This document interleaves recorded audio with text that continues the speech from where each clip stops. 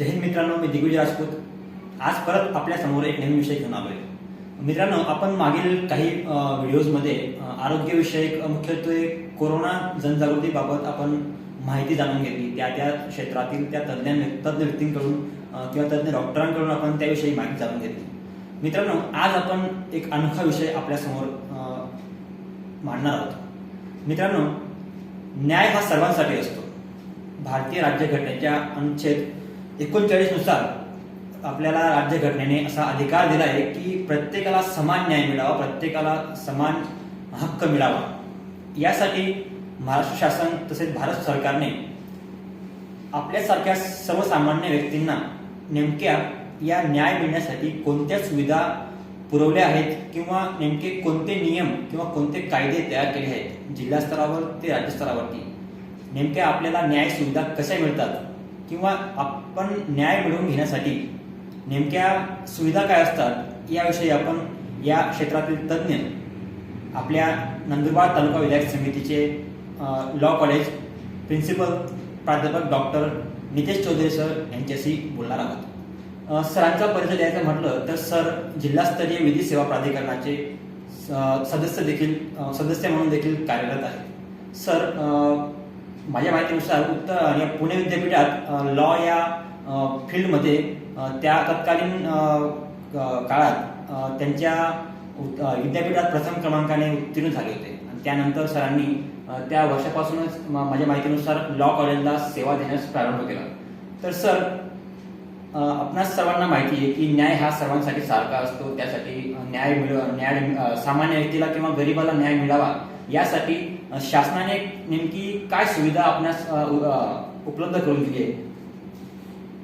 आता कायदा सहायता, या कायदा सहायतेची आवश्यकता का पडते?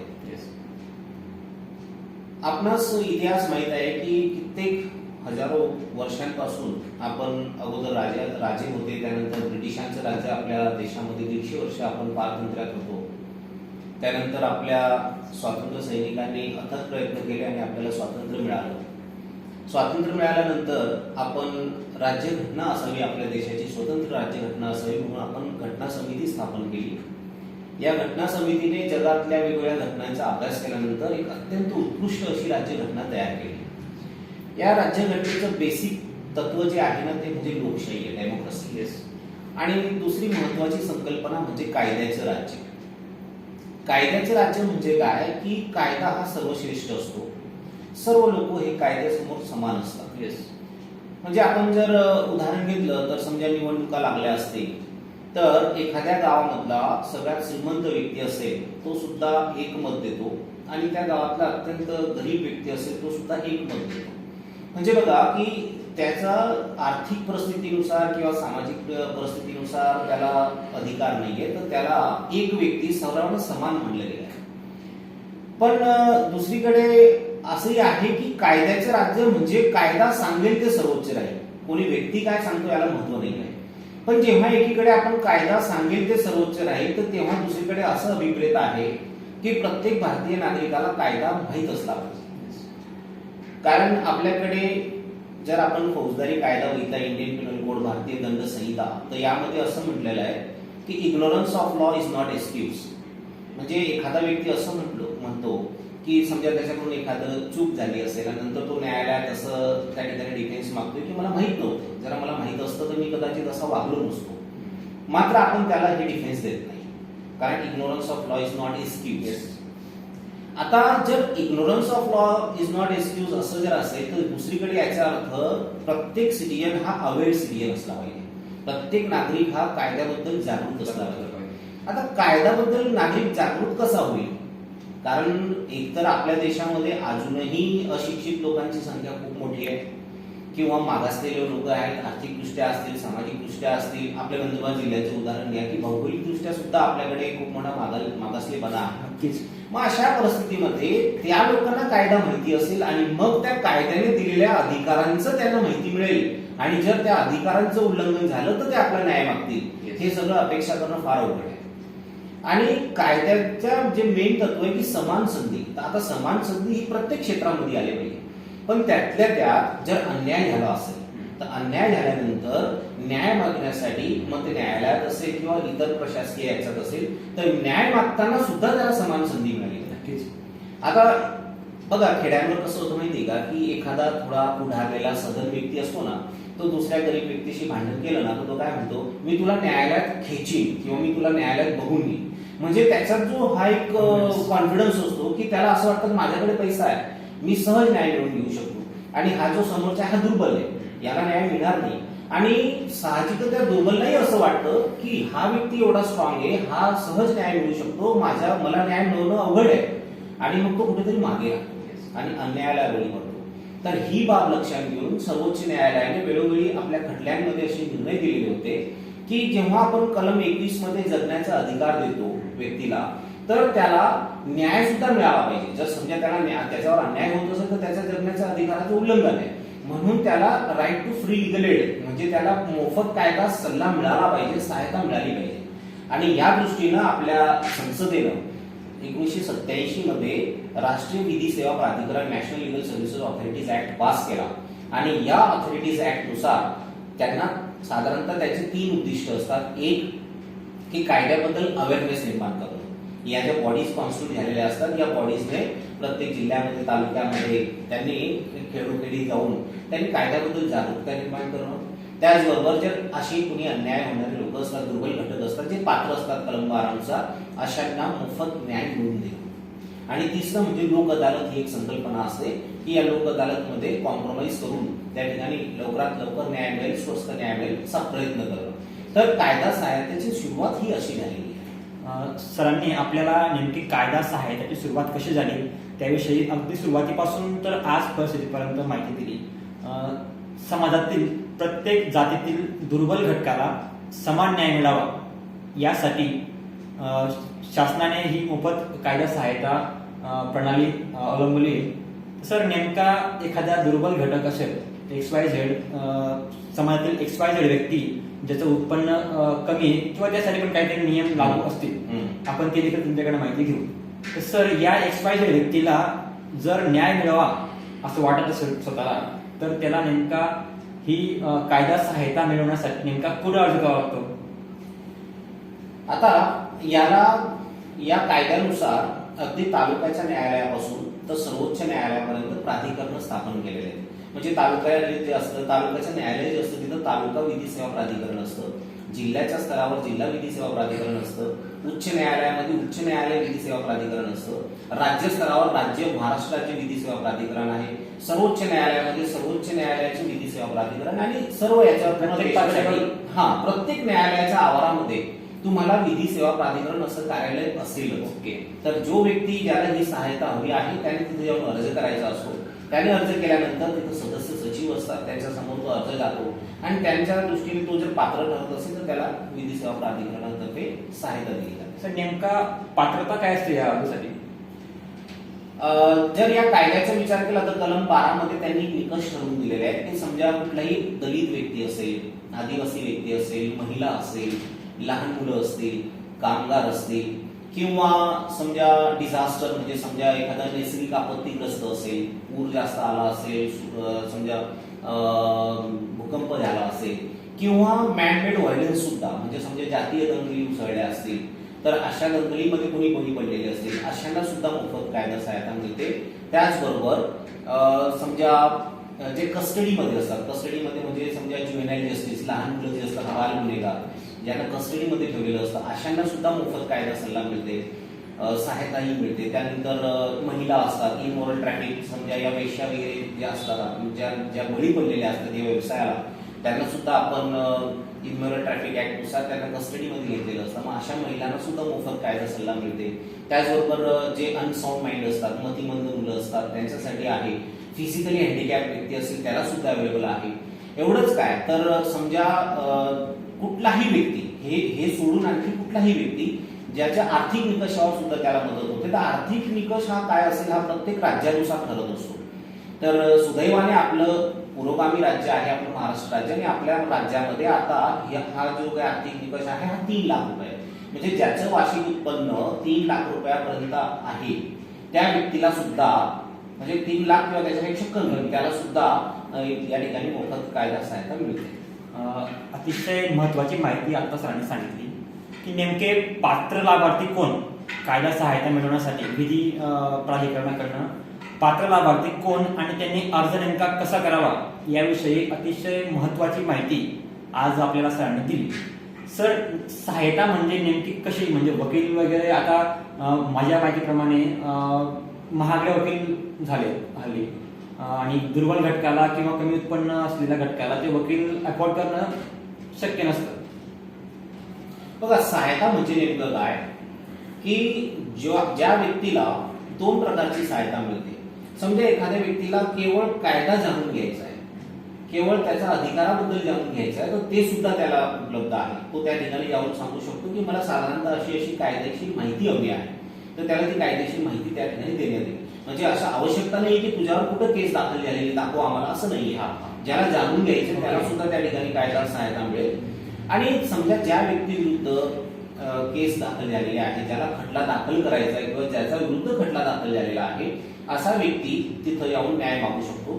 तर न्याय मागताना म्हणजे त्याचा अर्ज करेल, अर्जानुसार तो जर पात्र ठरला असेल तर त्याला त्या ठिकाणी त्याची केस लढण्यासाठी जो लागणारा वकील असेल त्या वकिलाचे जे खर्च असेल, त्याचे शुल्क असतील ते शासन देईल. त्याचबरोबर केवळ वकीलच नाहीये, तर ती केस प्रिपेअर करण्यासाठी जे काही ड्राफ्टिंग करावं लागेल, त्यानंतर काही विटनेसेस कॉल करावे लागतील, तर ते विटनेसेस येण्या जाण्याचा जो खर्च असेल किंवा इतर काही एक्सपेन्सेस असेल, म्हणजे केस दाखल केल्यापासून तर निकाल लागेपर्यंत जो काही अनुषंगिक खर्च असेल, जो साधारणतः एखादा पार्टी करत असतो युजली, ते सर्व खर्च या स्कीमनुसार त्याला सुद्धा अवेलेबल असतात. सर, मग नेमकी प्रकरणं कोणती दाखवतात या विषयांमध्ये, या सहायतासाठी नेमकी कोणत्या प्रकारची प्रकरणं येतात किंवा कोणत्या प्रकारची प्रकरणं यायला हवीत? आता नॅशनल लिगल सर्व्हिसेस ऍक्ट मध्ये जे दिलेलं आहे, तर त्याचं इंटरप्रिटेशन असं आहे की सर्वच प्रकरणांमध्ये साधारणतः ही सहायता दिली गेली पाहिजे. पण प्रॅक्टिकली थोडंसं जर बघितलं तर काही प्रकरणांमध्ये ही सहायता उपलब्ध नसते. फॉर एक्झाम्पल, इलेक्शन मॅटर असेल, समजा निवडणुकांच्या बाबतीत काही पिटिशन झाल्या असतील तर त्यामध्ये सहसा ही सहायता दिली जात नाही. करप्शन असेल, इकॉनॉमिक ऑफेन्स, आर्थिक त्याने काही गुन्हे करून ठेवले असेल तर त्या ठिकाणी त्याला देणार नाही. त्याचबरोबर समजा त्याने कोर्टाचा अवमान केला असेल, कंटेम्प्ट ऑफ कोर्ट असेल, एखाद्या व्यक्तीचा अवमान केला असेल, एखादा गुन्हा त्याने महिलेचा विरुद्ध केला असेल, लहान मुलांचा विरुद्ध केला असेल, म्हणजे त्याच्यामध्ये मॉरल टर्पिट्यूड इन्व्हॉल्व आहे, तर अशा केसेसमध्ये मात्र त्याला कायदा सहायता दिली जाणार नाही. सरांनी सांगितल्याप्रमाणे या सिरियस इश्यूज मध्ये फक्त कायदा सहायता या दुर्बल घटकाला मिळवता येत नाही, परंतु काही जे प्रकरणं असतात त्या प्रकरणांमध्ये तुम्ही या कायदा सहायता मिळवू शकतात. सर, या सर्व प्रकारात लोक अदालत ही कन्सेप्ट आपण रोज म्हणजे आठवड्यातनं किंवा महिन्यातनं पेपरला वाचत असतो की लोक अदालतीमध्ये एवढी खटले निकाली निघाली, एवढी खटले दाखल करण्यात आली. तर लोक अदालत ही माझ्या म्हणजे नेमकी लोकांना माहितीच नाही या विषयात. लोक अदालत नेमकं आहे काय? बघा, होतं काय की आपल्या देशामध्ये आपली जनसंख्या एवढी मोठ्या प्रमाणावर आहे आणि त्या प्रमाणामध्ये जी न्याय व्यवस्था आहे आपली ही कमी आहे आणि साधारणतः 2 करोड केसेस या पेंडिंग आहेत सगळ्या कोर्टामध्ये, अगदी खालच्या न्यायालयापासून तर सर्वोच्च न्यायालयापर्यंत. आणि ही पेंडेन्सी जी आहे ही वाढतच जाते, कारण लोकांमध्ये लिटिगेशन्स वाढत आहेत. मग आता या लिटिगेशन जर आपण रेग्युलर जे लॉज आहेत, civil procedure code, criminal procedure code, ह्या प्रोसिजरल लॉने जर आपण गेलो तर आपल्याला माहिती की खूप वर्ष लागतात. आणि कसं आहे की न्यायालय म्हणजे ज्याला आता लवकरात लवकर डिसिजन द्यायचा म्हणून फटाफट कारवाई करा हेही चुकीचं ठरतं. कारण कसं आहे की justice heard is justice buried असं होतं आणि justice delayed is justice denied असाही अर्थ होतो. मग याच्यातनं कुठेतरी वे आउट निघण्यासाठी लोक न्यायालय या कन्सेप्टचा जन्म झाला की लोक न्यायालय म्हणजे काय की न्यायालयाचं जे न्यायालय असतात रेग्युलर न्यायालय, त्या ठिकाणी लोक न्यायालय हे भरवलं जातं साधारणतः 1 महिन्यामध्ये किंवा 2 महिन्यामध्ये, जेव्हा प्राधिकरण ठरवेल त्यानुसार. जिल्हा स्तरावर, तालुका स्तरावर, हो, प्रत्येक स्तरावर ते घेतले जातात. आणि या लोक न्यायालयाची संकल्पना अशी आहे की त्या ठिकाणी न्यायाधीश असतात, 1-2 वकील असतात आणि सोशल वर्कर असतात. सामाजिक क्षेत्रामध्ये जे काम करतात अशी लोकही असतात. जसं मी लोक न्यायालयामध्ये विधी सेवा प्राधिकरणाचा सदस्य म्हणून असतो. तर या लोक न्यायालयाच्या पॅनल समोर जे खटले असतात ते खटले आणले जातात. आता लोक न्यायालयामध्ये कुठले खटले आणले जातात तर साधारणतः यावेळी 2 आहेत की जे ऑलरेडी केसेस दाखल झालेल्या आहेत त्या सुद्धा कॉम्प्रोमाइजने सोडवण्यासाठी न्यायालयासमोर आणले जातात. न्यायालयाला जर समजा दोन्ही पार्टी तयार असतील, दोन्ही पार्टीने जर न्यायालयाला विनंती केली तरी त्या ठिकाणी खटला न्यायालयासमोर येतो, लोक न्यायालयासमोर, किंवा एक पार्टीने जरी अर्ज केला तरी सुद्धा न्यायालय विचारात घेतं. किंवा कधी कधी न्यायालयाला असं वाटलं की या केसमध्ये कॉम्प्रोमाइजचा स्कोप आहे म्हणून न्यायालय स्वतः ती केस लोक न्यायालयासमोर आणते. दोन्ही पार्टीजला इंटिमेशन दिले जातं, बोलवलं जातं, त्यांच्यामध्ये वाटाघाटी करून आणतात आणि कॉम्प्रोमाइजने त्या ठिकाणी निर्णय देण्याचा प्रयत्न होतो. आणि दुसरा प्रकार म्हणजे जो खटला दाखल झालेला नाही अशा केसेस मध्ये सुद्धा आपण डायरेक्टली लोक न्यायालयाकडे घेऊन जाऊ शकतो. आपल्यामध्ये समजा वाद असतील दोघांमध्ये, आपल्याला दोघांना आपण मॅच्युअर्ड आहोत, आपल्याला माहिती की न्यायालयात खूप वेळ लागेल, तर आपण दोघं डायरेक्ट त्या ठिकाणी लोक न्यायालयाला अर्ज करू शकतो आणि आपला खटला जो आहे तो लोक न्यायालयासमोर त्या ठिकाणी मांडला जाईल. आणि तिथं काय असतं की जस्टिस इक्विटी गुड कन्सायन्सचा काय म्हणजे जे सत्सद विवेक बुद्धीचा वापर होतो, म्हणजे अगदी स्ट्रिक्टली लॉ प्रोव्हिजन्स फॉलो होत नाही आणि जे दिसतंय आपल्याला यांच्यामध्ये कसं कॉम्प्रोमाइज करता येईल असं कॉम्प्रोमाइज करून त्या ठिकाणी दोघांच्या संमतीने तडजोड होते आणि त्या तडजोडवर दोघांच्या सह्या होतात, त्या पॅनलच्या सह्या होतात आणि एकदा लोक न्यायालयाने जो दिलेला निर्णय असतो हा कायमस्वरूपी बंधनकारक असतो, त्याच्याविरुद्ध अपील नाही. कोणत्याच कोर्टात ते अपील करू शकत नाही, तिथं तो खटला संपत असतो. हा अतिशय महत्वाचा मुद्दा सांगितला सरांनी. लोक अदालत काय आहे ते तर आज आपल्याला कळलंच, परंतु लोक अदालतीत गेल्यानंतर त्या जजमेंटला किंवा त्या निर्णयाला कुठेच चॅलेंज किंवा आव्हान करता येत नाही. तर सर, मोफत कायदा सहायता अंतर्गत शासनाच्या काही विशेष योजना आहेत का? जेव्हा विधी सेवा प्राधिकरणामार्फत ह्या फ्री लिगल एडच्या ज्या काही सेवा दिल्या जातात तर शासनाने यालाच जुळवून आणखी काही स्कीम्स आणल्या. जसं महाराष्ट्रामध्ये महाराष्ट्र विक्टिम कॉम्पन्सेशन स्कीम आली होती 2014 मध्ये. म्हणजे जे बळी पडलेले असतात त्यांना नुकसान भरपाई देण्यासाठी, आणि ही योजना 2014 मध्ये आली. आता 17 मध्ये अमेंडमेंट सुद्धा झालेलं आहे. तर या योजनेचा भाग असा आहे की समजा एखादी महिला असेल, त्या महिलेवर रेप झाला असेल किंवा एखादा सेक्शुअल असॉल्ट झाला असेल आणि तिची केस दाखल झालेली आहे, पण त्या केसमध्ये जो गुन्हेगार आहे तो गुन्हेगार सापडत नाहीये, तो ट्रेस होत नाहीये, किंवा गुन्हेगार सापडला पण तो अनपनिश राहिला, म्हणजे त्याला कुठलीही सजा न होता तो सुटला. पण न्यायालयाच्या लक्षात आलं की गुन्हेगार जरी सुटला असेल किंवा गुन्हेगार हा ट्रेसच झालेला नाहीये, पण जी पीडित आहे ती आयडेंटिफाईड आहे, म्हणजे हिच्यावर खरंच अत्याचार झालेला आहे असं जर न्यायालयाला वाटलं तर न्यायालय हे मॅटर विधी सेवा प्राधिकरणाकडे आणतात आणि विधी सेवा प्राधिकरण याची कमिटी असते त्या डिस्ट्रिक्ट लेवलला, त्या कमिटी समोर आणतात आणि कमिटीला जर वाटलं की ही महिला खरंच बळी पडलेली आहे तर तिला कॉम्पन्सेशन म्हणून 5 लाख रुपये, रेपच्या केसमध्ये 5 लाख रुपये दिले जातात. ऍसिड अटॅक झाला असेल अशा महिलेवर तर तिला 5 लाख रुपये आहेत. समजा रेप नसेल पण सेक्शुअल असॉल्ट झालेला असेल तर 50,000 रुपये आहे. लहान मुलं असतील जे असे बळी पडले असतील तर त्यांना 2 लाख रुपये आहे.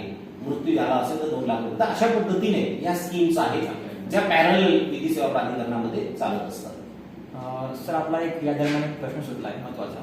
लोक अदालतीसाठी आपण आपली केस त्या लोक अदालतीत जावी यासाठी काही वेगळी अर्ज प्रक्रिया असते? बघा, मी जसं तुम्हाला सांगितलं की तुमचा खटला दाखल असेल आणि तुम्हाला असं वाटतं की कॉम्प्रोमाइजला स्कोप आहे. बघा, दोन्ही पार्टी तयार झालं तर वेल अँड गुड, कारण त्याच्यात जास्त आपल्याला संधी असते. पण एक पार्टी सुद्धा न्यायालयाला अर्ज करते की माझा जो खटला आहे हा प्रलंबित आहे, हा जर लोक न्यायालयासमोर आणला तर बरोबर न्यायालयामार्फतच जावं लागतं. हो, न्यायालयामार्फत. आणि मग त्या ठिकाणी न्यायालय ते जेव्हा लोक अदालत भरेल तेव्हा ते मॅटर. बघा, लोक अदालतचा फायदा असा आहे की स्पीडी जस्टिस आहे आणि जर समजा याच्यामध्ये तुमचा खटला कॉम्प्रोमाइज होऊन गेला तर तुम्ही जी फी भरून ठेवलेली आहे कोर्टाची ती फी तुम्हाला रिफंड होते, म्हणजे तो पैसा वाचतो तुमचा. प्रोत्साहनपर योजना आहे प्रकारे न्याय मिळावा आणि लोकांचा देखील वेळ वाचावा म्हणून. सर, आपल्या जिल्ह्यात लोक अदालतीची नेमकी परिस्थिती काय आपल्या वेळेनुसार? बघा, आता कम्पॅरेटिव्हली आपल्या जिल्ह्याची परिस्थिती थोडीशी खराबच आहे असं म्हणावं लागेल. त्याला कारण असं आहे की लोकांमध्ये अवेअरनेस नाही आहे. अवेअरनेस नाही याचा अनुभव मी स्वतः यासाठी घेतलेला आहे की जेव्हा हे विधी महाविद्यालय स्थापन झालं तर त्या स्थापनेनंतर आम्ही अनेक लिगल एड सर्व्हेज केले, लिगल एड कॅम्प्स घेतले. तर लिगल एड सर्व्हेमध्ये आम्ही जेव्हा प्रश्नावली बनवली होती, एक 30 प्रश्नांची प्रश्नावली बनवली की कुठल्या कुठल्या कायद्यांची माहिती लोकांना आहे, कुठल्या कुठल्या अधिकारांची माहिती आहे, अशी प्रश्नावली जेव्हा बनवली तर प्रश्नावलीची सुरुवात आम्ही कशाने केली की राज्यघटना म्हणजे काय तुम्हाला माहित आहे का, म्हणजे basic law of the land जो सर्वोच्च कायदा आहे तो माहित आहे का. मग बाकीचे सबसिक्वेंट लॉज येतात.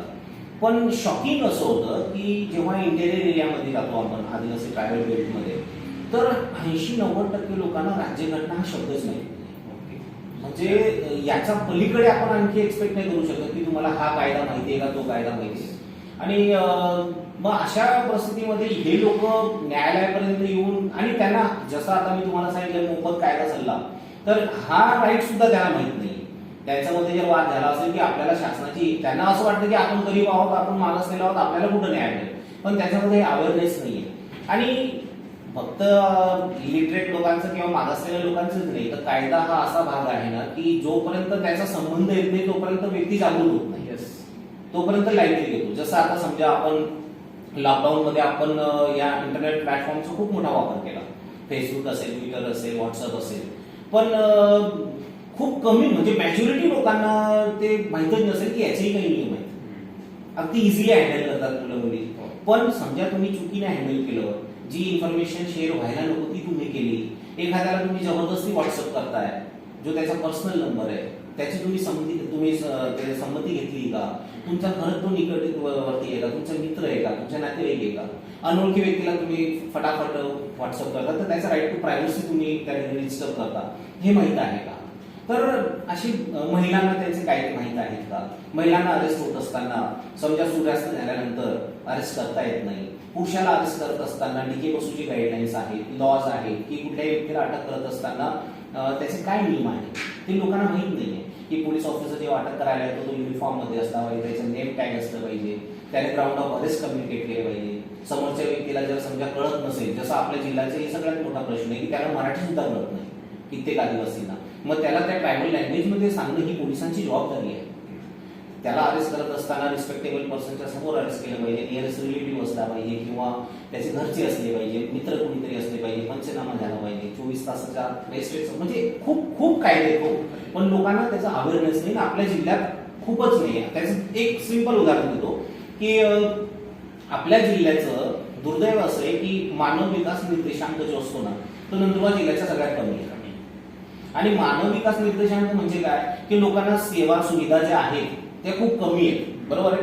तर त्या आता मुंबई शहर असं आहे की तिथं सगळ्यात जास्त आहे मानव विकास निर्देशांक, हायेस्ट आहे. पण तरी सुद्धा स्टेट ह्युमन राईट्स कमिशन मध्ये लोकांच्या कंप्लेंट्स मुंबईच्या जास्त आहेत आणि कंपॅरेटिव्हली आपल्या नंदुरबार जिल्ह्याचा नाही आहे. याचा अर्थ असं नाही की इथं राईट्स व्हायलेशन झाले नाही, तर हे काय लॅक ऑफ अवेअरनेस. जसं आता तुमच्यासारखी काही आहेत की ज्यांनी त्याचा वापर केला, मागे एक मेडिकलचा इश्यू तुम्ही त्या ठिकाणी पुढे आणला, तर असं जर अवेअरनेस राहिलं तर नक्कीच कायद्याचा फायदा आहे, तर अवघड परिस्थिती.